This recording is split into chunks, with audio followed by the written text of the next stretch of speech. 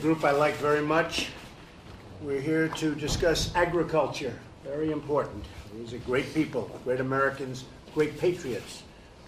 And they've been treated very badly for a long time. And if you look at the farmer, it's been unfortunately over a 12-year period trending downward, very much trending downward. So we're changing things with respect to trade and trade with other countries. A lot of times the farmers they know what they have, but it'll be very good when we get it all finished. It'll be great. People are a little bit concerned going into that wild blue yonder, or in our case, the wild red yonder. But I will say that the farmers are going to be, they're going to do fantastically well. But they have been trending downward for a long period of time, and we're not going to have that. A lot of it's because of bad trade deals. So I'm pleased to be joined by several of our nation's governors, very distinguished governors, and members of Congress to talk about trade and agriculture. As you know, the recent investigation led by U.S. Trade Representative Bob Lighthizer, who's with us today also, identified a pattern of chronic Chinese trading abuses, including theft of intellectual property and trade secrets and forced technology transfers, which has cost this country hundreds of billions of dollars, and also the targeting of American technology. It's cost us untold hundreds of billions of dollars over the years. Larry Kudlow's here and he's shaking his head approvingly, meaning of what I'm saying. Yes, sir. But disapprovingly of what they've done. Yes, sir. As you are all aware, China has consistently treated the United States agriculture unfairly. I was very proud of something I did at Mar-a-Lago in Florida. I had President Xi, who's a friend of mine, who's a very, very good man.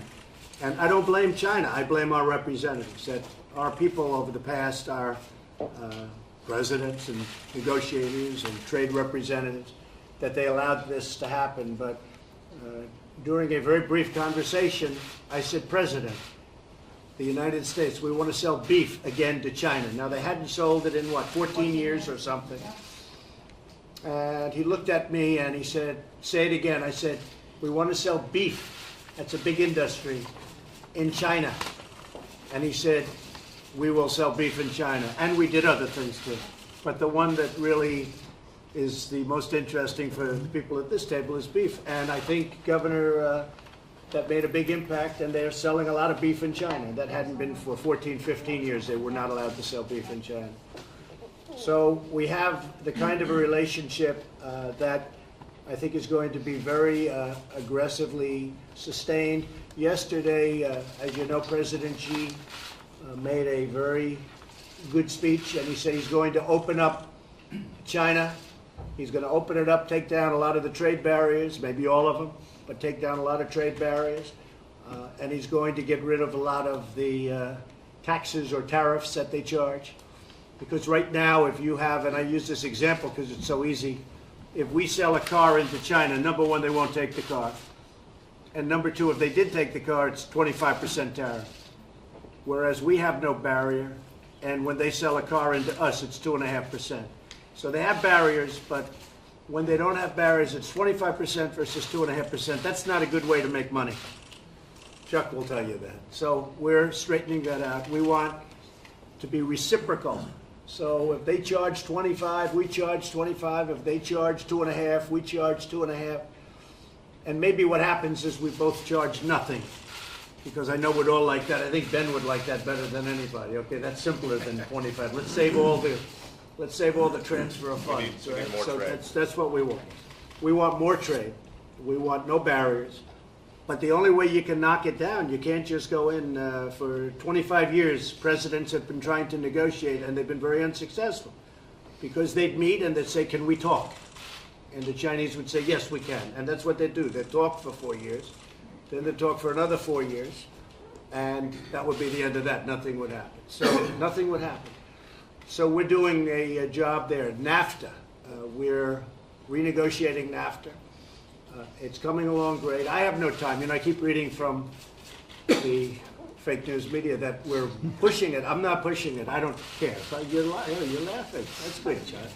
Well, T. Fox can smile because, you do a very beautiful job. But I keep hearing how we're pushing NAFTA, we want it done. There's no timeline. There's no timeline. Now, in the meantime, nobody's moving into Mexico, because as long as NAFTA is in flux, no company is going to spend $1 billion to build an automobile plant. So I say this, I told it to the Mexicans, we can negotiate forever, because as long as we have this negotiation going, nobody's going to build billion-dollar plants in Mexico, which is what they've been doing a lot. They have taken our auto industry by the throat. And so many jobs have been lost, so many massive plants have been built in Mexico. Top-of-the-line stuff. But that's not happening now, and they're coming back. Chrysler's moved back, a lot of them have moved back. And same thing with agriculture, which is going to be our predominant discussion today. So agriculture is okay with NAFTA, not great. We're going to make it great. We're going to make it great. And we're getting pretty close to a deal. It could be 3 or 4 weeks. It could be 2 months. It could be 5 months. I don't care. So, you know, the narrative of I'm pushing for a deal. I never push for a deal. I don't care. In fact, if everybody in this room closed their ears, I'd say I'd rather terminate NAFTA and make a brand new deal, but I'm not going to do that because I want everyone to be happy in this room, okay? We'll see how it goes. But we're going to make a fair NAFTA deal, much better than it is right now. NAFTA has cost this country hundreds of billions of dollars. It has been a disaster. We've lost 50,000 factories, millions of jobs.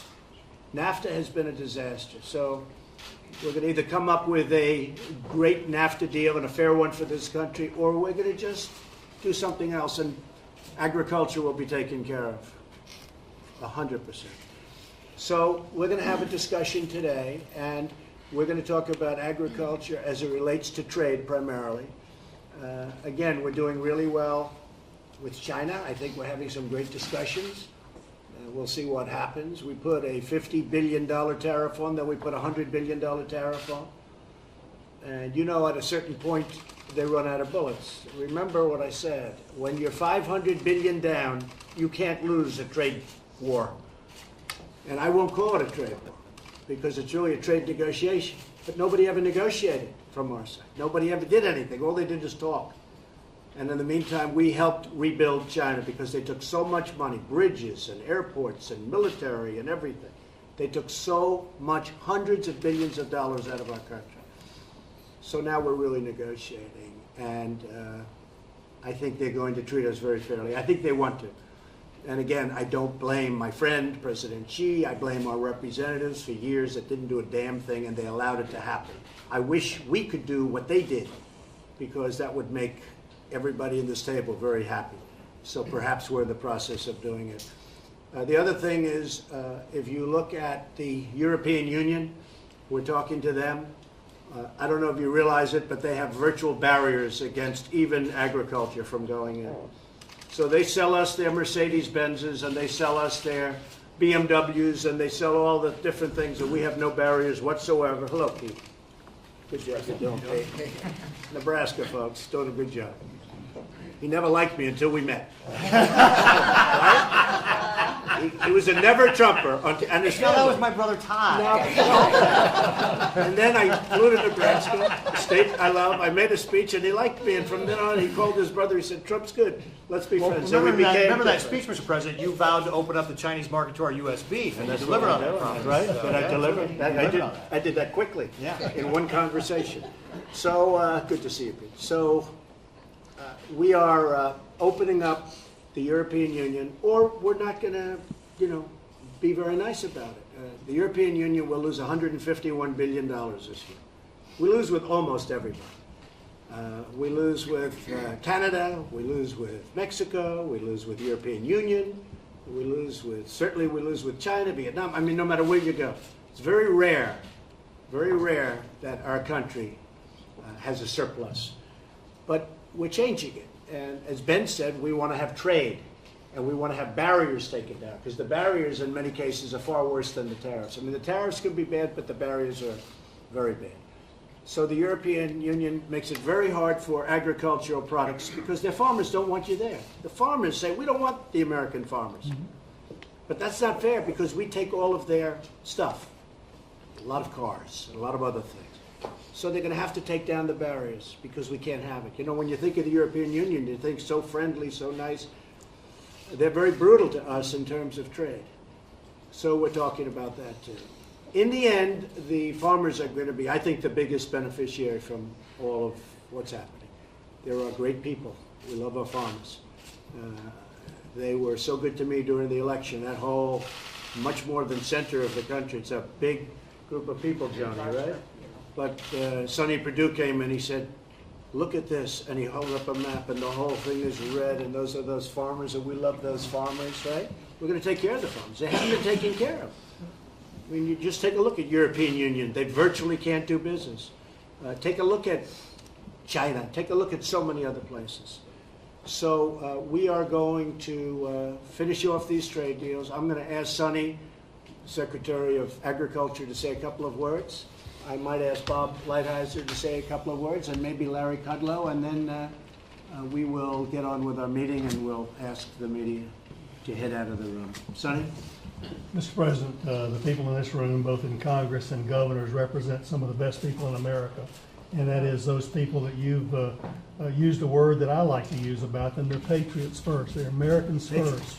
They bring the hard working ethics of the American spirit from their fields and farms and ranches across this country. And they support you. They understand what you're trying to do, and calling the question, having the courage to call the question against people who've been cheating, both China and EU. The barriers that you describe actually punish American farmers more than a lot of other industries, because the American farmer and rancher has been so productive. So they're with you in that effort. Obviously, from their livelihood perspective, we can understand their anxieties, and that's what these people hear about on an ongoing basis. But I've been out last week on the road assuring them what you told me, is that you are going to take care of the American farmer. You don't expect them to be the only soldiers in this battle. And first of all, I think your point of what President Xi said over the weekend, I don't think we're in a battle yet. I think we have set the stage for a balanced negotiation that can happen, and that's what all of us are hoping and praying for, that we get a good, sound, fair, balanced negotiation with all of these countries, and we applaud your leadership and courage in calling that question. Well, that's why I really call the farmers patriots, because they know what I'm doing. They had a group of 10 on in one of the shows over the weekend, and they were farmers. And do you agree what the president's doing with China? And they all agreed. They all said, look, we may have to take a little bit of a hit. I don't even think they will. But in the end, the country's going to be much stronger. Our country is going to be much stronger. But more importantly, they're going to be, everything's going to be better. Just everything's going to be better. And one of them said, you know, most importantly, the country's going to be much stronger, but we're going to make much more money. They're going to be doing much better. And, you know, as an example, I'm working with Chuck Grassley and with Joni and with Deb and with all of us, right? We're all working together. And we're working on the ethanol. And it's really working out. I think it's going to really work out. People have been talking about this for years. And we think we're going to do something, I will say early, and now this is no guarantee, but we're going to raise it up to 15%, which makes a lot of people happy. We're going to go to 12 months, which makes a lot of farmers very happy, because we go from 8 months to 12 months. That's a big difference. It was always unnecessary and ridiculous. So we're going to work out something during the transition period, which is not easy, very complicated, because we have to take care of our refineries. We have to take care of a lot of other people. But we're working on transition now, because there'll be a 2-year period of time that we have a little bit of complexity while things are happening, while things are being built. But we're going to be going probably to 15, and we're going to be going to a 12-month period. So I think that's going to be, look at that big smile. Boy, all of a sudden there's a lot of smiles. And you know what? It's going to solve a problem. And we're going to be helping also, helping the refineries. So the refineries are going to be able to do much better, because right now there are a lot of them that are not doing well. So we have to help the refineries. So we're very close to getting that done, and we've worked hard on that journey, I think, but it's coming along very nicely. Could I ask Bob Lighthizer to say a few words, please? Sure, Mr. President. I would say, first of all, I'll get into details about things in the private session, as you asked. Just preliminarily, one, I talked to a lot of people around this room a lot. Everybody, I hope you all realize that I'm available to talk. I know this is in-time information, and consulting is important. And I haven't talked to all of you, but most of you I talked to a fair amount. So I want you to know that I'm welcome to do it. I'm happy to do it. He's working And about 23 hours a day, and he sleeps for 1. Look at him, I mean, is this guy? It's like that's all right, that's okay. well, yeah, You're yeah. looking, we're only kidding, you're looking good, go I ahead. don't look that bad, all right? So, the second thing is, we tend to think a lot about agriculture as always on the defensive and all these things. The fact is, you can't really find a serious market where we couldn't do better in agriculture. China, of course, we talk about the sales there, but they're a fraction of what they should be, literally a fraction. So, we're very much on the aggressive side as far as that goes. Moving down quickly, of course, we've made enormous progress. People are aware of that. I feel I agree with the president on everything, including they're in no hurry on NAFTA. Having said that, we're making progress on NAFTA. Something that people don't focus on. We have 18 cases at the WTO where we're pursuing the interests of agriculture, barely within the trading system, which is a very big part of what we do. And we're starting to get much better results at the World Trade Organization, WTO, because they know we're not playing games anymore. You know, we're going to get the results, or they're not going to be so happy. I mean, it was set up to hurt us. I mean, if you look at it 25 years ago or whatever it was really set up to take advantage of the United States as far as I'm concerned. But we're starting to get much better results, and that would make, I think, a lot of people very happy. Go ahead. And then I just say the final thing I had, and we'll talk about this privately, the China situation is a serious problem. Everybody realizes something has to be done about it. I'll show you. The numbers are off the charts. It's a real threat to our economy. The president has a plan that you can draw literally back from June of 2016, where we talked specifically about what we would do. He ran on this issue. He has a mandate, and I'll show you every moderate, reasonable, well-studied step we've taken. I'll do this in private, of course. And you can see how we got here in a very moderate, reasonable way. But it's just not an issue that can be further kicked down the road, and we expect to continue to do it that way and to get a good result, Mr. President. Good. Thank you very much, Barbara. You really are doing a great job. I appreciate it. But we want to see the end result, because it doesn't matter what happens during the course. It's the end result that counts. I just, while we're talking about China, we are getting along very well. I think we're going to do some great things, but very importantly, they're very much helping us at the border of North Korea, and they're continuing to, and you know, they view it as something they should do. I think it's certainly very beneficial to them. Getting rid of nuclear weapons is very good for them, good for everybody, but they have really been a great help to us at the border of North Korea.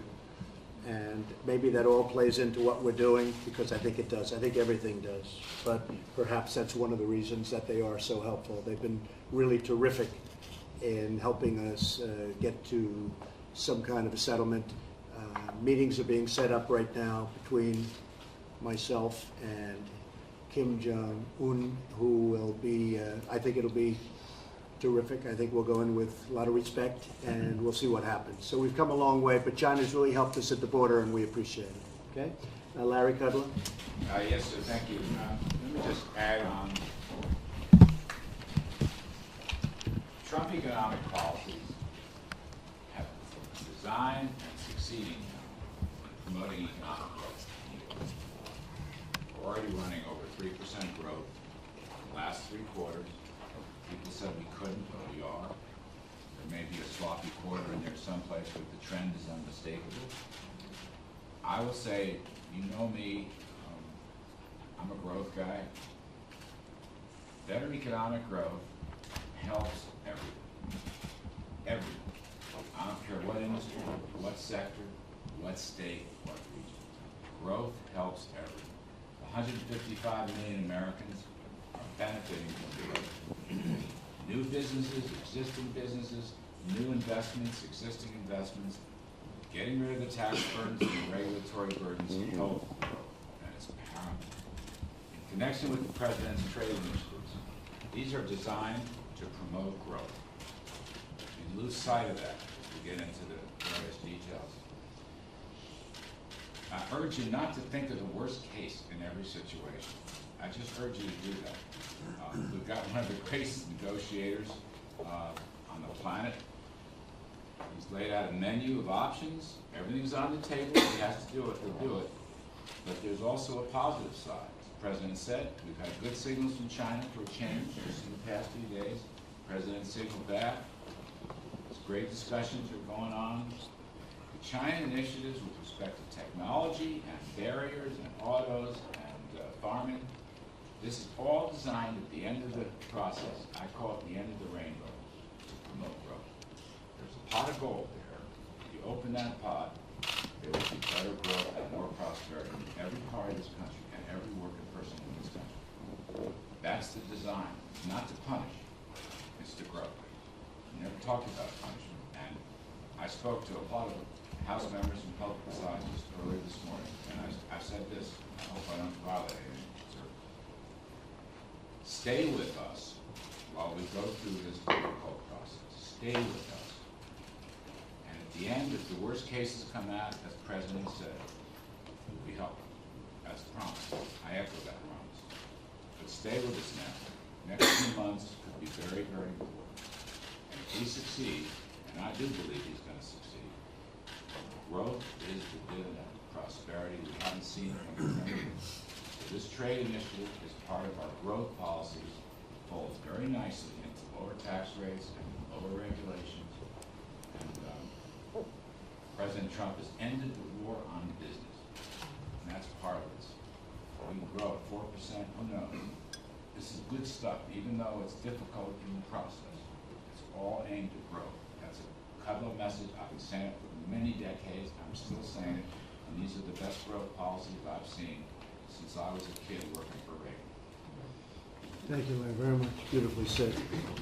Just to finish, we have some tremendous numbers coming out from companies.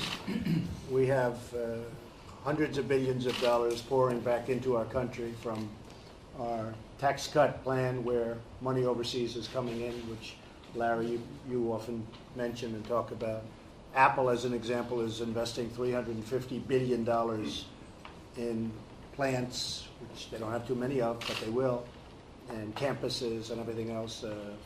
Other companies are investing billions of dollars back in our country. So they're bringing in billions of dollars, I would say ahead of schedule, even far ahead of schedule. And that's going to create growth and jobs and everything else. As you know, we had 32 solar plants, and of the 32, I think 30 were closed, Larry, right? It's a new industry, but they were getting absolutely killed by China and some others. And we put a tariff on those panels coming in, which were not nearly as good as the ones we make. And now we have 2 that are open. Can you imagine, of the 32, there were 2 that were just about limping along and barely open. These 2 are now doing very well, and they're looking to open 7, 8, and 9 of the plants. Same thing with washing machines. They were dumping, if you can believe this, washing machines all over the country, just dumping them. And we put a 30% tariff on, and now washing machine plants are expanding and opening in our country. So I just want to use tariffs judiciously, but it can certainly help. The steel and aluminum industry, 10% on aluminum, and you probably have seen, and I sort of thought this might happen, aluminum is down 4% since we put a 10% tariff on. So someday somebody's going to explain that to me. I didn't think it would be that good. I thought maybe it would go up just a little bit. Steel, we have taken the tariff off some countries when we've been able to renegotiate deals. For instance, in South Korea, when they heard they had to pay 25% tariff on steel coming in, they went absolutely crazy. And we made a deal. The Chorus deal is now pretty much concluded. And we really made that, I would say, Bob, largely because of the fact that they did not like the fact that they were having to pay tariffs on steel. So we've been able to, even the European Union, they're not happy about the steel, and we're negotiating with them. I don't know that we'd be negotiating without the steel. And I say it for them to hear. I couldn't care less. They can hear it. In some cases, people are paying tariffs, and we're taking in a lot of money for the country. Those tariffs are tremendous. We're taking in a lot of money. Not so bad either. But the tariffs have really helped us. When used properly, they really get people to the table, and that's what we want. But I want people to the table also for our great American farmers, for the ag industry. I love those people. We're taking care of those people, and it's working out really well. So thank you all very much for being here, and thank you very much. Thank you. Thank you, President. Thank you, We're having a meeting today on Syria. We're having a number of meetings today, and we'll see what happens. We're obviously looking at that very closely, and I will be leaving here. I was there, and now I'll be going back as soon as this meeting is over. But we're looking very, very seriously, very closely at that whole situation, and we'll see what happens, folks. We'll see what happens. It's too bad that the world puts us in a position like that, but you know, as I said this morning, we've done a great job with ISIS. We have just absolutely decimated ISIS, but now we have to make some further decisions, so they'll be made fairly soon. Thank you all very much.